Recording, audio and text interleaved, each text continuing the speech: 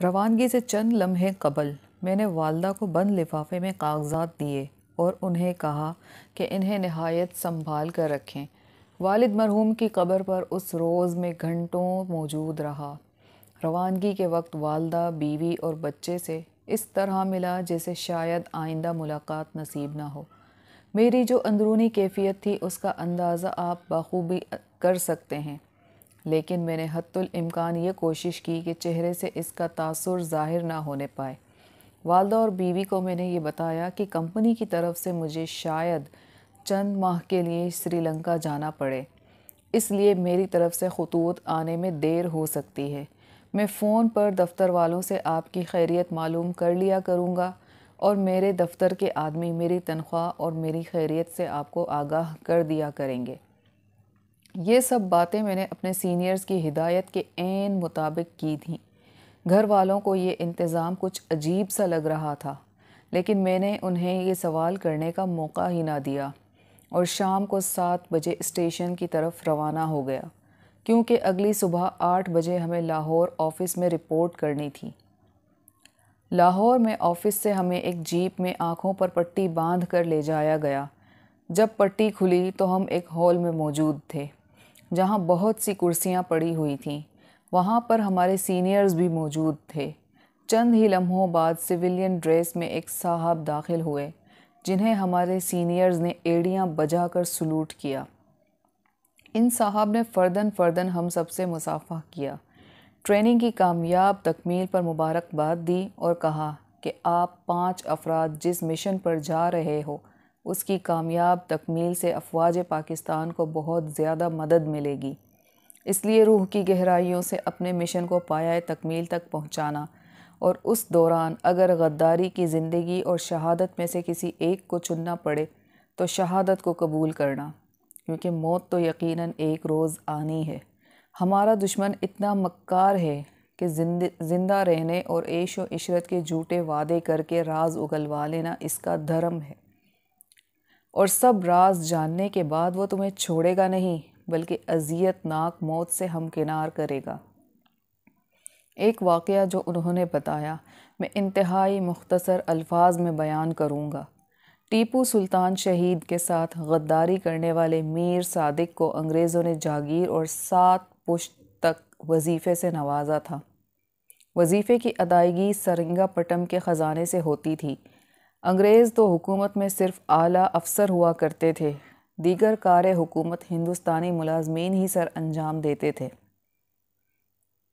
1857 میں جنگ آزادی سے لے کر 1947 میں آزادی ملنے تک پورے بر صغیر میں انگریز سول ملازمین کی تعداد کبھی بھی 2500 سے زیادہ نہ رہی، اور یہ 2500 انگریز اپنے ہندوستانی ملازموں کے بل بوتے پر، جن میں 80% ہندو ہوتے تھے، پورے بر صغیر میں دھڑلے سے حکومت کرتے رہے۔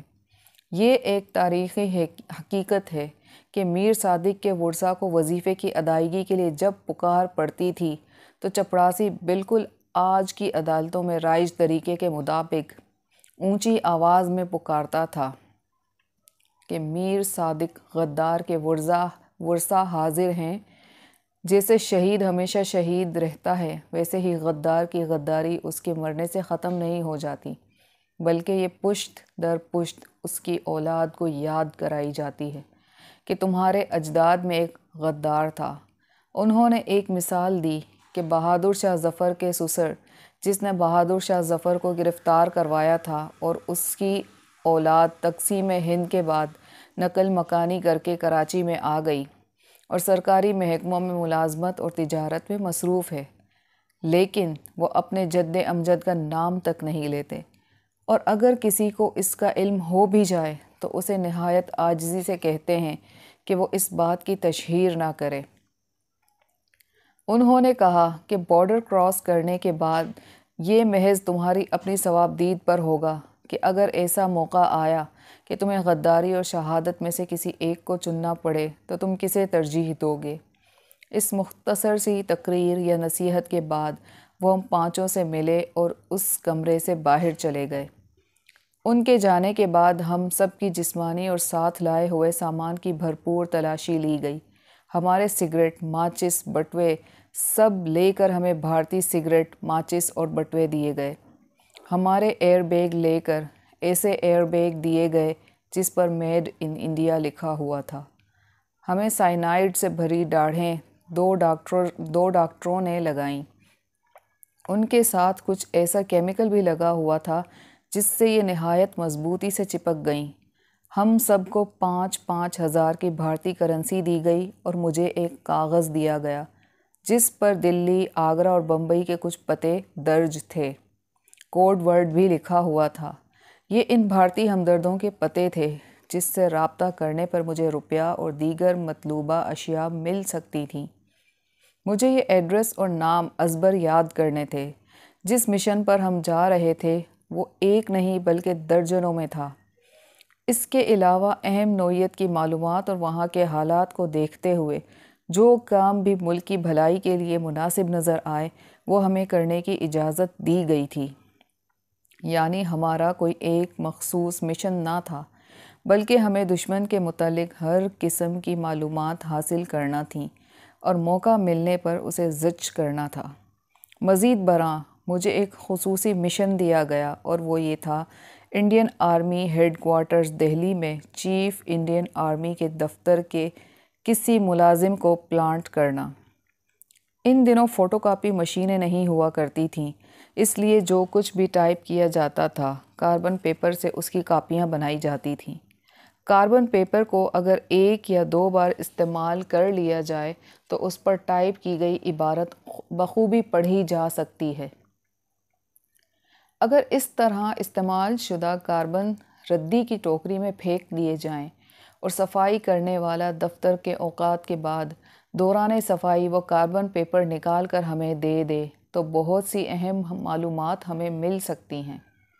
علاوہ ازیں بریگیڈیئر اور اس سے اوپر کے عہدے دار تحفظ کے لیے رف پیڈ پر جو کچھ بھی لکھتے تھے اس سے اگلا صفحہ خالی ضائع کر دیتے تھے تاکہ قلم کے زور سے تحریر کے نقوش جو خالی صفحے پر آ جاتے ہیں وہ کسی کے ہاتھ نہ لگ جائیں۔ یہ بڑے رینک کے افسران خالی صفحے کے 2-3 ٹکڑے کر کے ردی کی ٹوکری میں پھینک دیتے تھے اور وہ ردی کی ٹوکریاں ہمارے لیے کسی خزانے سے کم نہ تھیں۔ میرے خصوصی مشن میں چیف آف آرمی اسٹاف کے ٹائپسٹ اور دفتر کے دوسرے ٹائپسٹ، کلرکوں اور صفائی کرنے والوں کو کسی بھی جائز یا ناجائز طریقے سے پلانٹ کرنے اور مطلوبہ کاربن اور پھٹے ہوئے سادہ کاغذ حاصل کرنا تھا۔ جب ایک بار کوئی یہ کام کر بیٹھتا تو پھر آئندہ اس سے مکمل معلومات حاصل کرنا مشکل نہ تھا۔ ممکن ہے سب قارئین اس ناجائز طریقے سے اتفاق نہ کرتے ہوں، لیکن دشمن سے اہم خفیہ معلومات حاصل کرنے کے لیے ہر حربہ آزمایا جاتا ہے۔ تشتری میں رکھ کر کوئی ایسی معلومات نہیں دیتا۔ بھارت اور پاکستان اس وقت حساس محکموں میں رائج طریقہ یہ تھا کہ جاسوس کو شکل اور جسمانی لحاظ سے ایسا ہونا چاہیے کہ ضرورت پڑنے پر 100 افراد میں بھی گم ہو سکے۔ اس دور میں دونوں ممالک کے جاسوس فقیر، مجذوب، ملنگ یا بالکل نچلے درجے کا کام کرنے والوں کا روپ دھار کر ملک میں کام کرتے تھے۔ یہ بڑی ہی مضحکہ خیز بات تھی کہ برطانیہ کو اپنا قبلہ سمجھ کر پاکستان اور بھارت کے حساس محکموں کے افسران کی تربیت اسکاٹ لینڈ یارڈ میں اکثر ایک ہی کلاس میں ہوتی تھی۔ نتیجتاً دونوں ممالک کے افسران ایک ہی طرز کے تربیت یافتہ ہوتے تھے۔ یہ بالکل اسی طرح ہے جیسے آج کل امریکہ پاکستان اور بھارت دونوں کی افواج کے ساتھ جنگی مشقیں کرتا ہے۔ اس کا اندرونی مقصد ہماری افواج کی صلاحیت کو جاننا ہوتا ہے۔ پاکستانی افواج کے متعلق اہم معلومات اسرائیل کو دی جاتی ہیں جو بالواسطہ بھارت تک جاتی ہیں۔ چند سال پہلے تک یہ انتہائی حساس فریضہ جذبہ حب الوطنی سے سرشار پاکستانی انجام دیتے تھے، لیکن پھر پاکستانی سیاستدانوں نے یہ کام سنبھال لیا۔ مگر یہ سیاستدان دشمن کی بجائے خفیہ معلومات کے حصول کے دشمن کو اپنی خفیہ معلومات مہیا کرتے ہیں، ورنہ کسی پاکستانی فوج نے سکھ قوم پرستوں کی فہرست بھارت کو نہیں دی۔ اور نہ ہی کسی فوجی سے بھارتی ٹینکوں پر بیٹھ کر پاکستان میں داخل ہونے کی بات کی ہے۔ کسی فوجی نے بھارت کو موسٹ فیورٹ نیشن کا درجہ دیا۔ یہ نیک کام صرف سیاست دان ہی کرتے ہیں۔ میں اپنے قد کاٹھ اور شکل و صورت سے کسی بھی پہلو سے بھارتی نہیں لگتا تھا، اور سینکڑوں نہیں بلکہ ہزاروں میں مجھے ڈھونڈ لینا بہت آسان تھا۔ غالباً میں پہلا شخص تھا جسے یہ مشن سونپا گیا۔ بھارت میں اپنی شکل و شباہت کی وجہ سے مجھے پاکستانی جاسوس سمجھنے کا کم سے کم امکان تھا۔ مجھے بھارت کی اونچی سوسائٹی میں گھل مل جانا تھا اور اونچے درجے کے ہوٹلوں میں قیام کرنا تھا۔ پاکستان کی طرح بھارت اور سی آئی بی والے نچلے درجے کے ہوٹلوں پر ہی ریڈ کرتے تھے۔ 4 یا 5 اسٹار ہوٹلوں میں داخل ہونے میں ان کی جرت نہیں ہوتی تھی۔ تربیلا میں ملازمت کے دوران وہاں غیر ملکی افسران اور ان کی فیملیز کے لیے بنے ہوئے کلبوں میں میری رسائی تھی، اور اس دور کے مقبول ترین بال روم ڈانس، اسکوائر اور راک اینڈ رول میں مجھے خاصی مہارت تھی۔ بھارت میں قیام کے دوران ان خرافات سے مجھے بڑی مدد ملی۔ بھارت میں چوپڑا فیملی بڑی مشہور ہے۔ یہ پنجابی، بڑے قد کاٹھ والے، نسبتاً سفید رنگت کے ہیں، اس لیے مجھے ونود چوپڑا کا نام دیا گیا۔ اس فیملی نے کاروبار، صنعت اور فلم انڈسٹری میں خاصا نام کمایا ہے، اور یہ سارے بھارت میں پھیلے ہوئے ہیں۔ اسی طرح میرے دیگر ساتھیوں کو بھی ہندو نام الاٹ کیے گئے ہیں۔ آئندہ سطور میں مشن کے واقعات ایک تسلسل کے ساتھ آ رہے ہیں۔ اس سے پہلے چند سطور میں ایک وضاحت پیش کرنا ضروری سمجھتا ہوں۔ ایک جاسوس کے لیے اپنی زندگی سے زیادہ اہم اپنے مشن کی تکمیل ہے۔ بھارت میں ہندو نام کے ساتھ داخل ہو کر مجھے خالصتاً ہندو کے روپ میں اپنا کام کرنا تھا، اور اس کے لیے وہ سب کچھ کرنا پڑا جس کی اسلام میں ممانعت ہے۔ قارئین سے گزارش ہے کہ مجھے مشن کی تکمیل کے لیے جو کام کرنے پڑے، انہیں مذہب کے ترازو میں نہ تولیں۔ مجھے وطن عزیز کی سلامتی کے لیے جو مشن سونپے گئے تھے، انہیں ہر قیمت پر مکمل کرنا تھا۔ اس دوران مجھ سے جو غیر شرعی اور غیر اسلامی حرکات ہوئیں، ان کے لیے میں صرف اس ذات کے سامنے جواب دہ ہوں جو رحمان اور رحیم ہے۔ آپ میرے اس عمل کو اس زاویے سے بھی دیکھ سکتے ہیں کہ اپنے وطن عزیز کی بھلائی کے لیے میں نے اپنے مذہبی اصولوں اور پابندیوں کی بھی قربانی دی۔ باقی رہا جزا اور سزا کا معاملہ، تو وہ میرے اللہ کے ہاتھ میں ہے، جو رحمان ہے، رحیم ہے، ذوالجلال والاکرام ہے، اور بے شمار صفات کا مالک ہے۔ میں نے قوم سے اپنی خدمات کا صلہ کبھی نہیں مانگا۔ یہ غفور و رحیم ذات ہے جو مجھے اس کا صلہ دے رہی ہے۔ اب ہمیں اپنی ٹریننگ کی رہائش گاہ پر لایا گیا۔ وہاں ایک بار پھر مشن کی بریفنگ اور احتیاطی تدابیر دہرائی گئیں۔ سپہر 3 بجے ہمیں 2 پرائیویٹ کاروں میں لاہور اسٹیشن پہنچایا گیا۔ بصیر پور براستہ قصور کے ٹکٹ پہلے ہی سے خریدے گئے تھے۔ ہم سب 2nd کلاس کے ایک ڈبے میں بالکل اجنبی بن کر داخل ہوئے۔ ہمارے 2 سینئرز بھی ہمارے ہمراہ تھے۔ ایک دوسرے سے بات چیت کی قطعاً ممانعت تھی۔ رات تقریباً 11:30 بجے ہم بصیر پور پہنچے۔ وہاں ایک سیف ہاؤس میں ہمارے کھانے اور سونے کا انتظام تھا۔ اسی سیف ہاؤس کے ایک حصے سے چیخ و پکار کی آوازیں آ رہی تھیں۔ سینئرز نے ہمیں بتایا کہ کچھ بھارتی ہیں جو بارڈر کراس کر کے پکڑے جا چکے ہیں، ان سے تفتیش کی جا رہی ہے۔ سیف ہاؤس کے مستقل رہائشی بالکل خاموشی سے ہماری مطلوبہ اشیاء ہمیں پہنچا رہے تھے۔ ہم نے جب بھی کوئی سوال کیا تو وہ محض مسکرا کر خاموش ہو جاتے۔ دوسری صبح 9 بجے ہم نے بصیر پور سے کوچ کیا۔ 3 جیپوں میں ہمارا قافلہ روانہ ہوا۔ ہمیں یہ نہیں بتایا گیا تھا کہ ہمیں کہاں لے کر جایا جا رہا ہے۔ سفر مسلسل کبھی نہر کی پٹری اور کبھی کچی اور کبھی ٹوٹی پھوٹی سڑکوں پر جاری رہا۔ غروب آفتاب کے قریب ہم خیموں کے ایک پڑاؤ میں پہنچے، جہاں پاکستانی بارڈر فورس کے جوانوں نے ہمارا خیر مقدم کیا۔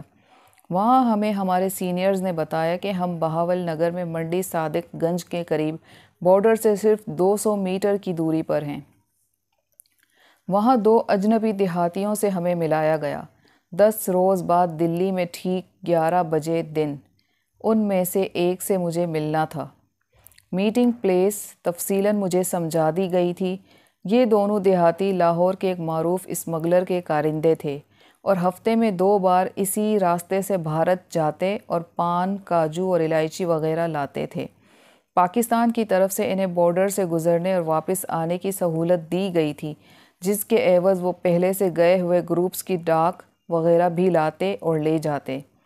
یہ 2 اجنبی محض ہمارے گروپ کے لیے وقف تھے اور ان کو یہ ڈیوٹی سونپی گئی تھی کہ ہمیں وقت مقررہ پر بارڈر کراس کروائیں اور قریب ٹرین بھارتی ریلوے اسٹیشن ہنومان گڑھ تک پہنچا دیں۔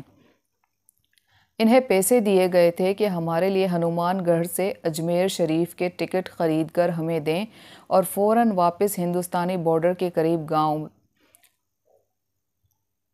مرزا پور پہنچ جائیں، جہاں 2 افراد انہیں ملیں گے اور اگلی شام تک ان کے ہمراہ رہیں گے۔ ادھر ہمیں علیحدگی میں ہنومان گڑھ سے بھنڈا کے ٹکٹ خریدنے کا کہا گیا کہ مخالف سمت میں جانے والی گاڑی میں سوار ہوں، جو اجمیر شریف جانے والی گاڑی سے 15-20 منٹ پہلے ہی آ جاتی ہے۔ یہ احتیاط در احتیاط کی تدابیر ہماری حفاظت کے لیے کی گئی تھیں۔ ہم سے گھڑیاں بھی لے لی گئی تھیں اور صرف ایک گھڑی مجھے دی گئی تھی جو بھارت میں بھی مہیا تھی۔ اس وقت اس کی قیمت بھارت میں تقریباً 300 روپیہ تھی۔ رات کا کھانا 8:30 بجے تک کھا لیا گیا۔ کھانے کے فوراً بعد ہمیں ایک سیاہ لمبا انڈرویئر اور ایک سیاہ رنگ کی پورے بازوؤں کی بنیان دی گئی۔ ہم نے بوٹ بھی اتارے اور کپڑوں کے ہمراہ اپنے بیگوں میں رکھ لیے۔ اب ہمارے سینئرز ہمارے ساتھ خوش گپیاں کر رہے تھے، لیکن صاف دکھائی دے رہا تھا کہ وہ محض ہماری ٹینشن دور کرنے کے لیے تھیں، ورنہ ان کے چہروں سے بھی پریشانی صاف عیاں تھی۔ ان دنوں جنگ کے بعد بھارت اور پاکستان سیز فائر کی حالت میں تھے۔ پاسپورٹ اور ویزا نام کی کوئی شے نہ تھی۔ بارڈر پر دونوں طرف افواج کا اجتماع تھا۔ عین ممکن تھا کہ بارڈر کراسنگ کے دوران ہی ہمیں دشمن گولیوں سے اڑا دیتا۔ ہمیں بتایا گیا تھا کہ بھارت نے بارڈر کے قریب پاکستانی BRB نہر کی طرح کی ایک نہر بنائی ہوئی ہے جو خاصی گہری ہے۔ پاکستان کی طرف سے وہ ڈھلوان میں ہے، جبکہ بھارت کی طرف وہ بالکل سیدھی ہے۔ ہمیں وہ نہر کھڑے ہو کر بغیر آواز پیدا کیے تیر کر عبور کرنی تھی۔ اس کی ٹریننگ بھی ہمیں بخوبی دی گئی تھی۔ ہنومان گڑھ اسٹیشن بارڈر سے 8 میل کے فاصلے پر تھا۔ راستے میں 2-3 گاؤں پڑتے تھے۔ ہمیں ان سے دور رہ کر اور گاؤں کے کتوں سے بچ کر بھاگتے ہوئے جانا تھا۔ اس وقت مجھے احساس ہوا کہ دوران ٹریننگ مجھے 11 میل مسلسل دوڑنے کی پریکٹس کیوں کروائی گئی تھی۔ اسٹیشن کے قریب پہنچ کر ہمیں بنیان اور انڈرویئر اتار کر عام شہری لباس پہن لینا تھا اور دونوں اجنبی گائیڈز کو فوراً واپس بھیجنا تھا۔ ہمیں بھنڈا تک دوران سفر 2 الگ الگ ڈبوں میں بیٹھنا تھا اور ایک دوسرے سے بات چیت ہرگز نہیں کرنی تھی۔ یہ لاسٹ منٹ ہدایات تھیں۔ ٹھیک 10 بجے ہمیں مسلسل گولیاں چلنے کی آوازیں آئیں۔ ہماری بارڈر فورس نے پڑاؤ سے دونوں طرف تقریباً ½ کلومیٹر کے فاصلے سے دشمن پر فائرنگ شروع کر کے دشمن کو جوابی فائرنگ میں مصروف کر دیا۔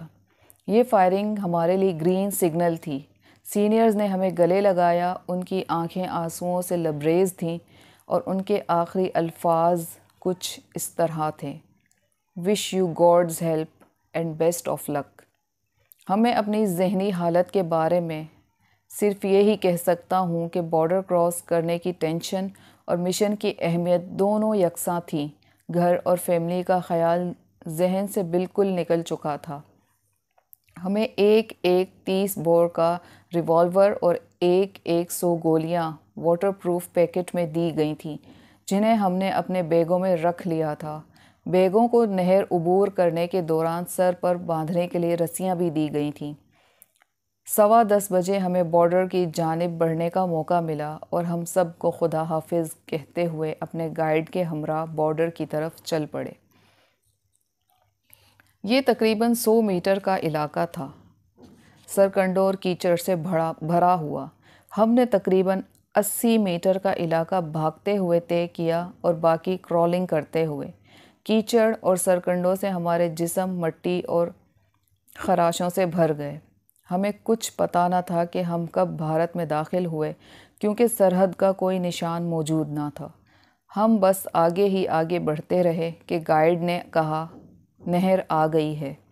ہم ایک ایک کر کے نہر میں اتر گئے۔ گولیاں دونوں طرف سے تڑاخ تڑاخ چل رہی تھیں۔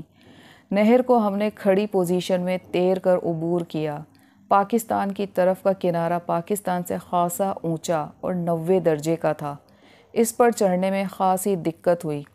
اس کنارے پر پٹری بھی تھی جس پر BSF بھارت کی بارڈر سیکیورٹی فورس گشت کرتی تھی۔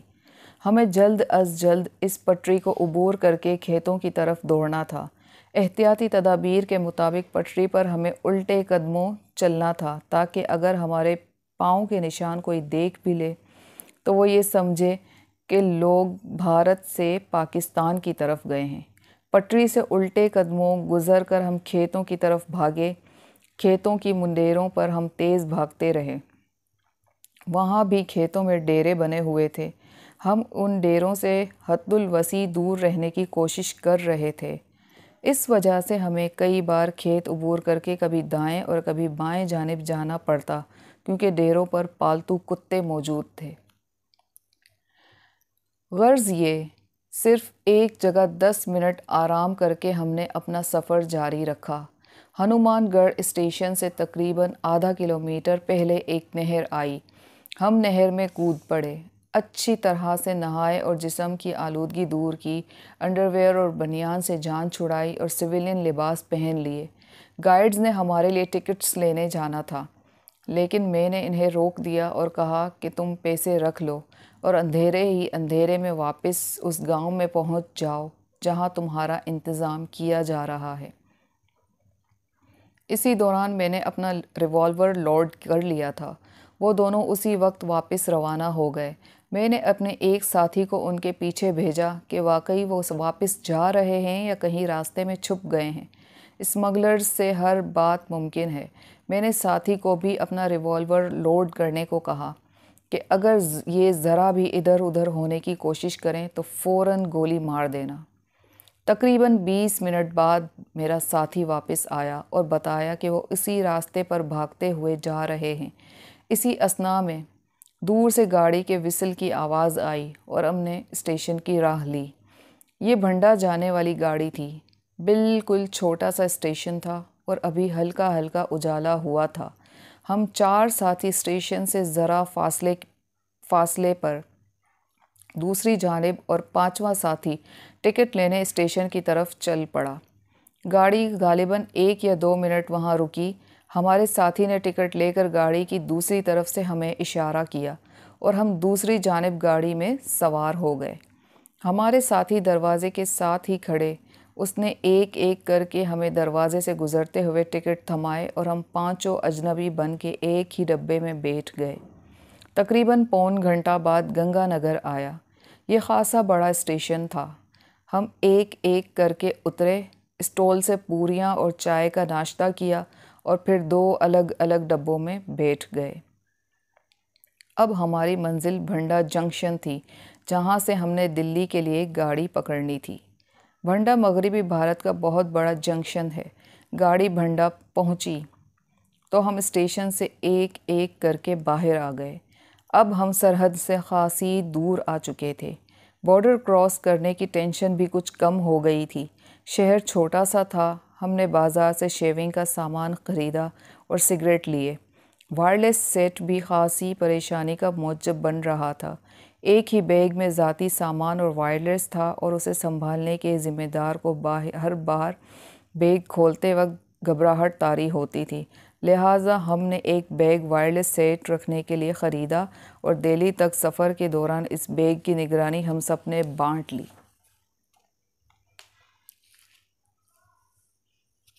شہر کے ایک ہوٹل سے ہم نے کھانا کھایا اور پھر اسٹیشن کی طرف پلٹ آئے۔ ویٹنگ روم میں ہم نے شیو بنائی، نہائے اور اپنا حلیہ درست کیا۔